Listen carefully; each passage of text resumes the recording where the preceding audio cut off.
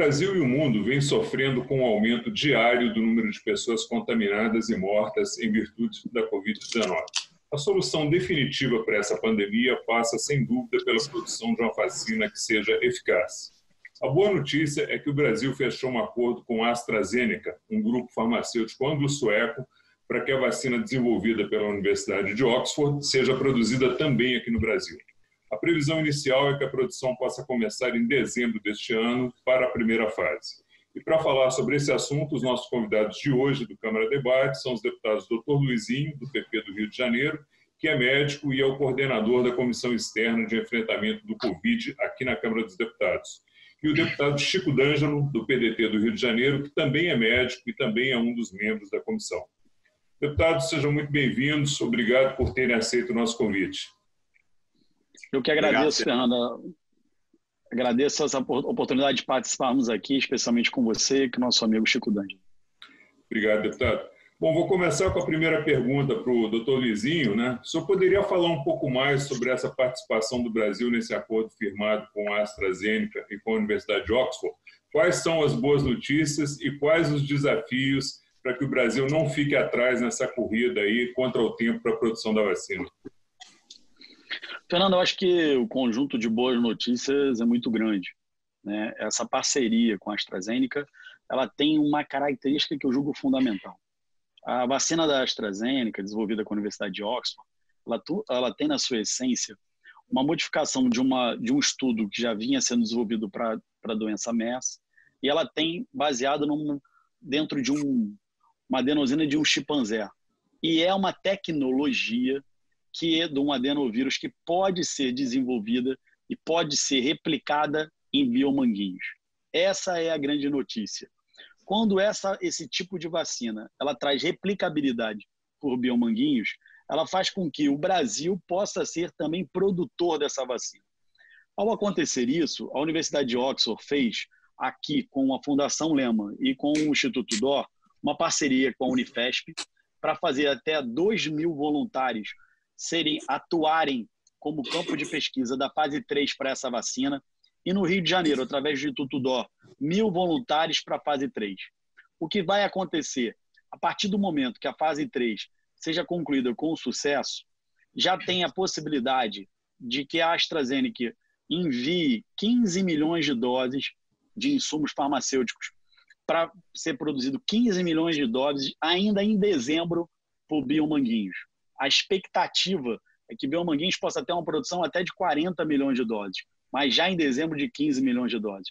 Então existe uma expectativa imediata que já a partir de dezembro, ou mais tardar janeiro, se tudo der ok na fase 3 dessa pesquisa, dessa vacina de Oxford, da AstraZeneca, a gente já possa iniciar a aplicação no Brasil. Mas o que eu acho que é a melhor notícia, ao a gente ter voluntários no campo de pesquisa, a gente vai saber qual é a eficácia e a possibilidade de duração para os brasileiros, que está testando em pessoas com a nossa condição genética. Isso eu acho que é um avanço muito grande. Além disso, fabricar no nosso país vai ser uma outra grande vitória, e a gente está vendo aí, Fernando, mais uma vez, a importância da indústria, do parque industrial brasileiro frente a essa pandemia. Ok, deputado, obrigado. Deputado Chico D'Angelo, o senhor concorda aí com as colocações do deputado doutor Luizinho? O senhor teria alguma coisa a acrescentar? Primeiro, parabenizar ao Luizinho a condução que ele tem feito à frente na presidência da comissão. Aliás, que é a única comissão hoje que tem um funcionamento pleno na casa, num momento dramático como esse. Então, as avaliações do Luizinho são muito corretas. Eu vou fazer algumas observações que são importantes. Felizmente, a gente tem essa perspectiva de vacina, essa da Fiocruz, do AstraZeneca com a Universidade de Oxford, e também a do Instituto Butantan, em São Paulo, que é outra perspectiva também de vacina, no outro formato de produção de vacina, né? Felizmente, a Fiocruz tem um parque tecnológico muito qualificado, o Biomanguinhos, e como o Luizinho bem colocou, tendo a aprovação, a qualificação da vacina, o critério aí na faixa acima de 70% de aprovação, já se tem uma avaliação positiva da produção da vacina. Infelizmente, duas vacinas muito promissoras no mundo estão sendo testadas aqui no Brasil. Essa da Oxford, da Universidade de Oxford, e a já se inicia também no Instituto Butantan. Mas é importante a gente fazer o registro que, na verdade, isso está sendo possível a realização porque o coronavírus está circulando com muita intensidade no Brasil. Se as pesquisas em países onde isso não está ocorrendo, que é uma coisa ruim, né? As notícias, como o Luizinho falou, são muito positivas. A perspectiva de vacina a curto prazo é muito grande, diferente de outros momentos, da poliomielite, do sarampo, da meningite, que levou muitos anos.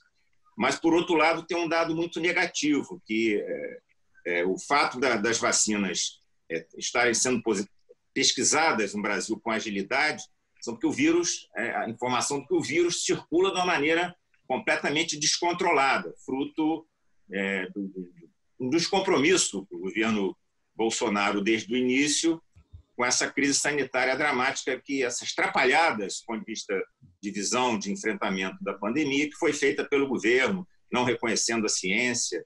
Então, existem essas duas perspectivas muito positivas de um cenário, como o Luizinho falou, com uma luz no fim do túnel aí, a curto prazo, para a população brasileira e para a população mundial de uma maneira geral, né? Mas é muito importante a gente fazer também essa observação de que isso está sendo permitido e ter esse número de pessoas, que se não tivesse ninguém infectado, por exemplo, é importante fazer as comparações aqui do lado do Uruguai, para a gente ter um número bem redondo. Por cada 1 milhão de habitantes estão morrendo 8 pessoas por coronavírus. Aqui no Brasil, por cada 1 milhão, estão morrendo 260 pessoas. Isso é uma demonstração de que o Brasil vive um momento muito grave da pandemia. Deputado, deixa eu fazer uma segunda pergunta. Vou fazer para os dois também. O deputado doutor Luizinho responde, depois o senhor. Segundo o Ministério da Saúde, o Brasil está acompanhando, dentro do que o senhor falou, 16 projetos diferentes relacionados à produção da vacina. E existe a possibilidade de você produzir mais de um tipo de vacina de acordo com o público-alvo. A gente poderia ter, por exemplo, aqui no Brasil, a produção para uma vacina de acordo com a idade ou de acordo com outro critério? Que critérios seriam esses? Fernando, deixando claro aqui que eu concordo em parte da fala do Chico, acho que a condição da pandemia no nosso país, eu que tenho acompanhado isso diariamente desde janeiro, né, foco principal do nosso mandato não foi das melhores, né? Nesse momento da vacina, a gente tem aí a possibilidade, com essas duas vacinas, chegar um pouco na frente na questão da vacina. As outras vacinas que estão sendo desenvolvidas no mundo, se elas tiverem necessidade de campo de testagem no Brasil, certamente nós vamos fazer. A Fiocruz tem condição de participar em testes de outras vacinas, e assim como os outros institutos, além do Instituto Butantan. O que a gente vê é que essas vacinas essas parcerias que estão sendo desenvolvidas, são de duas parcerias das mais desenvolvidas. Aliás, a Organização Mundial da Saúde considera a da Universidade de Oxford com a AstraZeneca a vacina mais promissora, de forma mais rápida a ter uma resposta. O problema é o seguinte: nós vamos ter uma vacina que ela vai ser eficaz, mas a gente não sabe por quanto tempo, Fernando, qual vai ser a duração dessa eficácia, porque nós não vamos ter estudos de profundidade, né? Você não vai ter tempo aí, 10 anos, para avaliar a eficácia dessa vacina. Então é óbvio que nós vamos iniciar com uma vacina que vai poder possibilitar aí salvar milhares de vidas e proteger milhares de vidas no mundo, mas certamente ela, ao longo do tempo, ela será melhorada com o desenvolvimento de outras tecnologias, olhando se houve algum tipo de janela imunológica, alguns pacientes não desenvolveram anticorpos. Então, é óbvio que o tempo médio de desenvolvimento da vacina, que a gente estimava em 2 anos, ela ter um resultado talvez em 1 ano, 8 meses, já demonstra que uma coisa feita de forma muito rápida pode ter uma eficácia que, mesmo que parcial, o momento é tão grave que mesmo uma eficácia parcial, ela vai salvar muitas pessoas. Tenho certeza absoluta que várias vacinas vão ser eficazes, e ao longo do tempo a gente vai ter a possibilidade de olhar e falar assim, essa vacina é mais eficaz que a outra, essa vacina é menos eficaz. Mas o mais importante, principalmente para o nosso país, é que a gente possa ter a vacina da forma mais breve possível. Esses acordos de transferência tecnológicos, eles são fundamentais para garantir as nossas doses. Nós temos uma das maiores populações do mundo. Então, a chegada dessas doses no nosso país e a produção nacional, ela é, sem sombra de dúvida, fundamental. Deputado Chico D'Angelo, o senhor concorda? Alguma coisa a acrescentar? Não, é isso mesmo. Eu acho que é muito provável, todos os analistas da ciência que trabalham o tema no mundo têm colocado, que é muito provável que tenhamos mais do que um tipo de vacina com características diferentes. É possível que existam vacinas com que tenham sejam mais eficazes, por exemplo, na população idosa, enfim, outras com outras características. Mas isso, como o Luizinho colocou, é uma coisa positiva. O leque de opções que se cria, nunca na história da humanidade, com uma rapidez tão grande, se produz uma ferramenta imunológica com a rapidez dessa intensidade, com pesquisas com mais de 140 no mundo todo aí sendo feitas de vários formatos de vacina.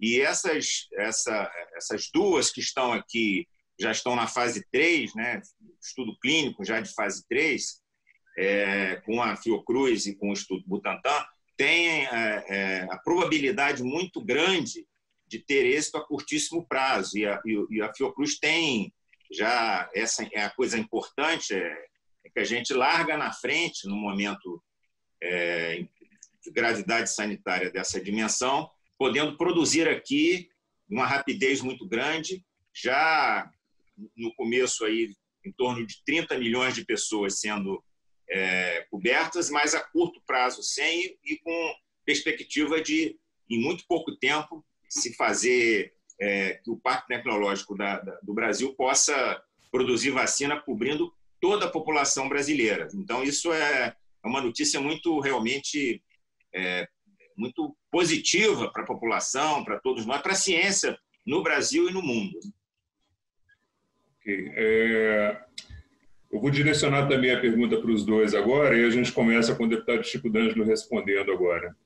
De acordo com alguns cientistas, normalmente essas vacinas elas precisam de 12 meses de testes para começarem a ser usadas, né? Mas em caso de pandemia você pode conseguir esses licenciamentos para uso em situação de emergência. Essa vai ser a situação que vai ocorrer no Brasil? A gente deve começar a usar essa vacina um pouco antes de todos os protocolos estarem concluídos, tendo em conta o nível de gravidade da pandemia? Sem dúvida. Se a gente tivesse um outro cenário, do ponto de vista epidemiológico, daria para esperar a conclusão além da fase 3, de você ter uma segurança de eficácia e de resposta muito mais segura, mas guardadas as questões fundamentais de preservar a saúde da população, que a vacina tenha uma capacidade de imunizar a população acima de 70%, que a vacina tenha uma agilidade do ponto de vista de produção. E por isso é importante a gente ter o Parque Tecnológico brasileiro, a capacidade não adianta você ter a vacina e não ter como produzir em escala grande para cobrir toda a população. Então, nesse caso específico, não dá para ficar esperando a gente ter uma eficácia total do ponto de vista de resposta da vacina, porque a gente está vivendo um momento muito grave. E as perspectivas, existem os testes clínicos que estão sendo feitos, que estão sendo muito positivos. As informações que temos aí é que há uma expectativa dos cientistas que estão avaliando a vacina de que a eficácia dela será muito positiva e muito segura. Então, a gente não precisa esperar, como são feitos todos os outros, nos outros cenários de produção de medicamento de vacina, a conclusão absoluta da certeza do ponto de vista de resposta. Luizinho? Bem, eu vejo como deputado Chico D'Angelo, nesse momento de pandemia, momento de vulnerabilidade da população, com o número de mortalidade altíssimo, com uma população já em isolamento há alguns meses.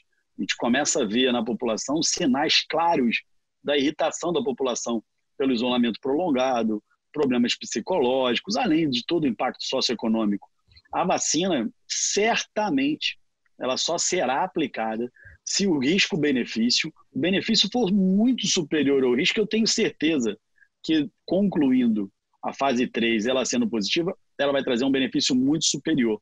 Fernando, eu quero aqui utilizar um exemplo, que é a vacina da febre amarela, né? Quando nós tivemos em 2017 um surto de febre amarela no nosso país, que acometeu muito a nossa região, a região sudeste, começando pelo estado de Minas Gerais e Espírito Santo. Eu era secretário estadual de saúde e tive a oportunidade de iniciar uma vacinação em Cinturão, nas cidades limítrofes com Minas e com Espírito Santo.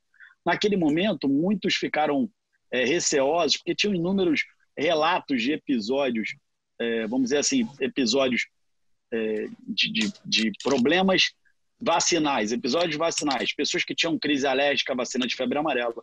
Mas o número de febre amarela avançava tanto por dentro de Minas e Espírito Santo que a gente iniciou essa vacinação em bloqueio. Para nossa surpresa, o nosso primeiro caso de febre amarela foi dentro da cidade de Casimiro de Abreu, no estado do Rio de Janeiro. E nós tomamos a decisão, Fernando, de vacinar toda a população do Rio de Janeiro.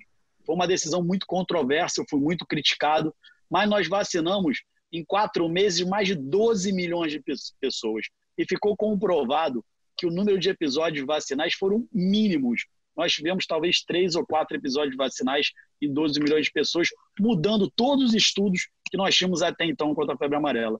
Então a gente tem certeza absoluta que a aplicação dessa vacina, se aprovada, vai ter muito mais benefício do que risco para a nossa população. Obrigado. O nosso tempo está se esgotando. Eu queria fazer uma pergunta rápida, uma resposta aí rápida dos senhores. É até uma pergunta um pouco provocativa.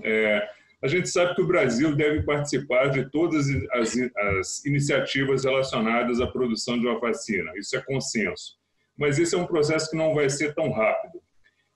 Do ponto de vista do agora, a gente não deveria estar testando mais, a gente não deveria estar com mais testagens rápidas. O que a gente poderia fazer enquanto essa vacina não fica pronta no curto prazo, de forma rápida? Eu acho que o dever de casa tem que ser feito, e os países que tiveram sucesso mostraram. O Brasil, infelizmente, não fez. Não fez o dever de casa correto, 3 ministros em um pouco troca de ministro da Saúde, a liderança maior, o presidente da República, dando um péssimo exemplo para a população, não usando máscara, estimulando a aglomeração. Isso tudo acabou tumultuando o Brasil. Por isso que Brasil, Estados Unidos e México, juntos, tem quase 50%, 48% dos casos de óbitos e de infectados do mundo. E esses 3 países juntos representam só 8% da população do mundo, mostrando que esses 3 países tiveram uma péssima condução e o papel da liderança, do líder nacional, do presidente da República, é fundamental para agregar, para somar. Num momento como esse, mais do que nunca, o que se precisa é de unidade do Ministério, das secretarias de Estado. A minha cidade onde moro, que é Niterói, é um exemplo concreto, Fernando, disso que você está falando. A cidade está com uns indicadores muito bons, porque fez um comitê científico, está testando em massa a população, seja na área da saúde, seja na área econômica, socorreu a população sem filas, como o governo federal fez, através de tumulto da Caixa Econômica Federal.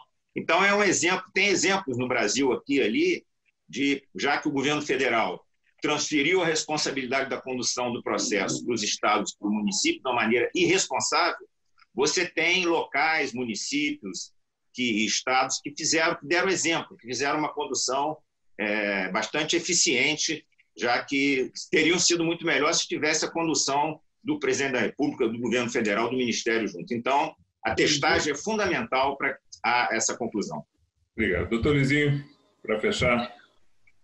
Fernando, eu acho que, sem sombra de dúvida, a gente errou muito nessa condição.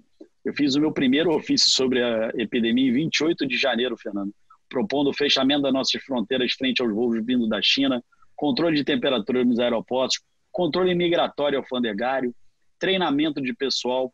Instalamos a nossa comissão externa ainda em 11 de fevereiro e 17 de fevereiro, Fernando.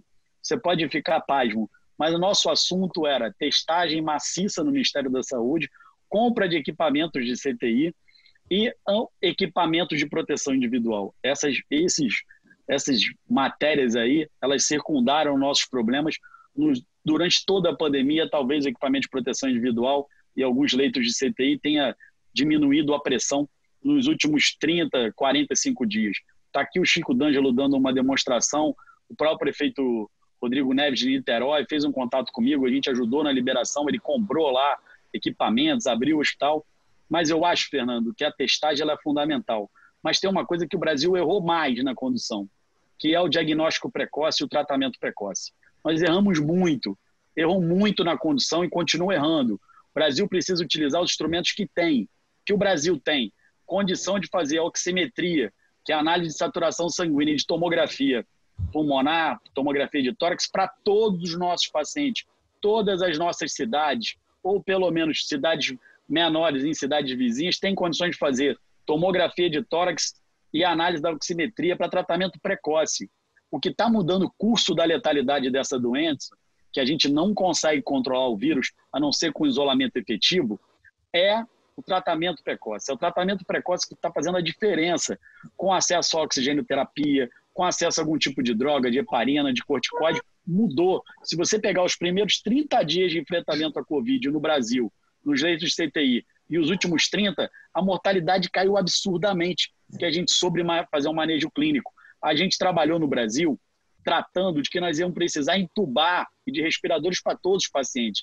E a gente precisava era diagnóstico precoce para não precisar entubar esses pacientes. Um grande exemplo disso, Fernando, são as instituições de longa permanência. Alguns abrigos de idosos que seguiram recomendação nossa da comissão externa e colocaram lá controles com oximetria, controle de temperatura, e a gente não vê nos abrigos brasileiros o que vimos nos abrigos italianos, espanhóis, franceses e até americanos, que morreram milhares de idosos. Nós precisamos de estratégia, trabalho, consolidação e união para enfrentar.